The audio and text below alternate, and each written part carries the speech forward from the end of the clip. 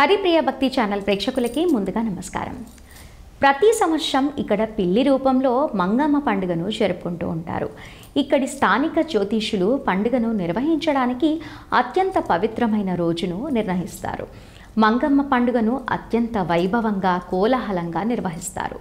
3-4 రోజుల పాటు జరిగే ఈ పండుగను పట్టణ ప్రజలంతా కలిసి జరుపుకుంటూ ఉంటారు. మన దేశంలో జంతువులను, ప్రకృతిని దేవుళ్ళుగా పూజిస్తారు. అలాగే కొన్ని ప్రాంతాలలో కుక్కలు, గబ్బిలాలు, పాములను పూజించే ఆచారం కూడా ఉంటుంది. అంతేకాదు వాటికి ప్రత్యేకించి ఆలయాలు కూడా ఉన్నాయి. అలాంటిదే మరో వింత ఆలయం కూడా మన దేశంలోనే ఉంది. ఇక్కడ పిల్లిని దేవుడిగా పూజిస్తారు.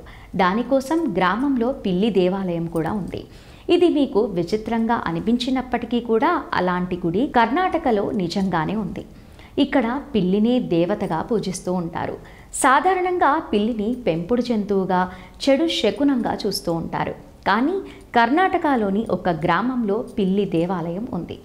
అక్కడ దానిని భక్తితో పూజిస్తారు.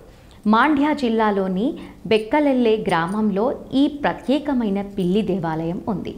ఎక్కడికైనా వెళ్ళేటప్పుడు రోడ్డుకు అడ్డంగా పిల్లి వస్తే అరిష్టం అని నమ్మేవాళ్ళు చాలామంది ఉన్నారు. కానీ ఇక్కడ మాత్రం పిల్లులు శుభప్రదమని నమ్మడమే కాకుండా పూజిస్తూ ఉంటారు. కర్ణాటక రాష్ట్రంలోని మాండ్య జిల్లాలో ఈ పిల్లి దేవాలయం ఉంది. మాండ్య నగరానికి సరిగ్గా 35 కిలోమీటర్ల దూరంలోని బెక్కలెల్లే గ్రామంలో సుమారు 1000 సంవత్సరాల క్రితం పిల్లులను పూజించే సాంప్రదాయం ప్రారంభమైంది. తమ దేవత మంగమ్మ పిల్లి రూపంలో గ్రామంలోకి ప్రవేశించిందని, దుష్టశక్తుల నుండి తమ గ్రామాన్ని కాపాడుతుంది అని ఇక్కడ నివాసితులు చెప్తూ ఉన్నారు.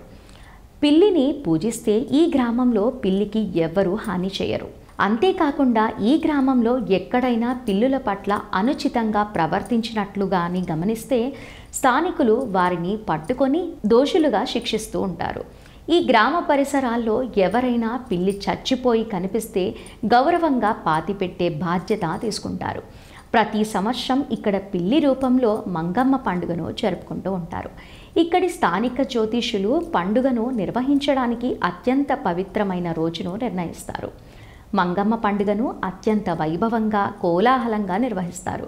3-4 రోజుల పాటు జరిగే ఈ పండుగను పట్టణ ప్రజలంతా కలిసి జరుపుకుంటూ ఉంటారు. మరొక వీడియోతో మళ్ళీ కలుద్దాము. నమస్కారం.